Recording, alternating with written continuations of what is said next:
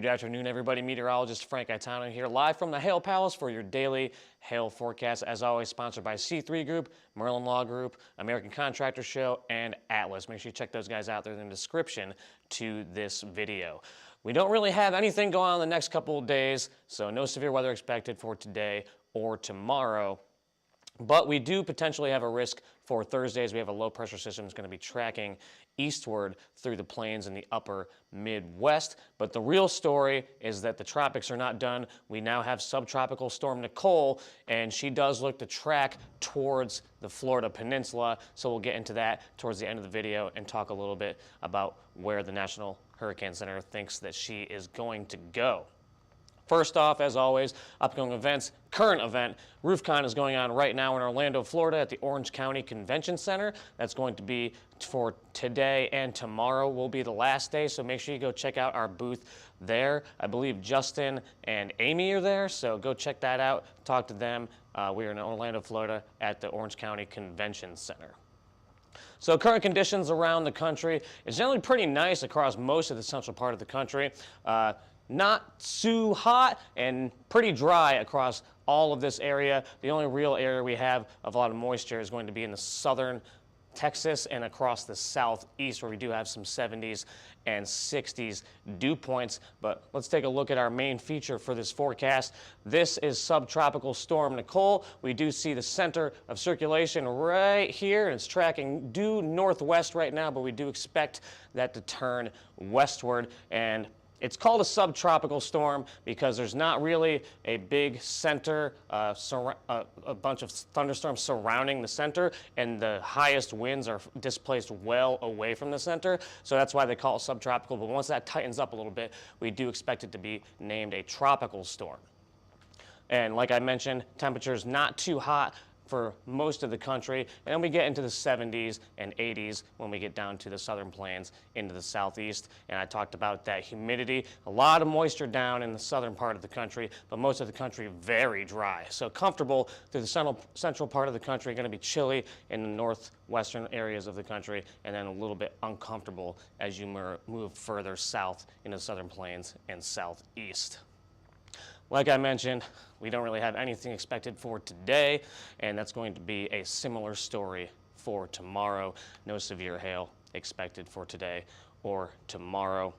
But let's take a look at the jet stream and talk about the potential for Thursday. So we have this big trough out to the west and ridging in the east, and we're going to move this forward into tomorrow, and that trough slowly transitions eastward as this ridge builds, and then is going to eventually move off to the east as we move towards Thursday. We see it starting to kick out, and this is going to be the focus of severe weather as this trough moves eastward on Thursday. Potential for severe weather in the central northern plains and into the Midwest as that continues to kick eastward and broaden through the end of the week. So we end up with a broad trough here on Friday going into the weekend, transitioning towards the east and northeast. So what do we need to have those storms happen? Well, we got energy going on for tomorrow here in the central and southern plains, but no focus and lifting mechanism to actually have severe weather occur. And it's going to be the same story for Wednesday, as we do see that energy transitioning off to the north. But then we get to Thursday, and right now it's not showing a ton. I do expect this to expand a little bit, but right now this is what it's showing. But this is there is enough energy here for us to get severe weather on Thursday. So this is going to be the energy that we need to have those storms happen on Thursday here in Omaha to south of Minneapolis. And we're going to let that play through, and then I'll show you what area I'm thinking that we're going to see severe weather on Thursday. So this is the area I'm thinking. I think Omaha is my pick city at this point. Things can change. You know, we're on Monday right now, so Thursday's the day that we're talking about. But just to the south of Minneapolis, going southward towards Omaha, and I have Kansas City right at the edge of the risk. We'll have to see where that cold front times up and where it's going to push through, because that timing of when the storms happen is going to dictate how much energy we have in the atmosphere for actual severe weather to occur. So right now I have Kansas City right at the edge. Omaha, you are my pick city at this point, and then just to the south of Minneapolis there in Minnesota. So that's what we're talking about for later on this week for severe weather in terms of hail and wind. But let's talk about Subtropical Storm Nicole. So I showed you the satellite earlier. Here's the infrared satellite. We see the area of rotation here generally moving northwestward, and we do expect that to begin to track westward. Watches and warnings right now, they have put a tropical storm watch out from points of Melbourne north towards Jacksonville and up into the southeastern coast, and we do have a hurricane watch for points of Miami north up towards the Melbourne area. So they have put watches out for this storm, expected to make landfall potentially on Wednesday evening, maybe Thursday morning. A lot of timing issues, we'll see with that. But generally right now we're thinking Wednesday evening would be the landfall for that, so they put watches out today, and this is not moving forward. There we go. Here's our spaghetti plots.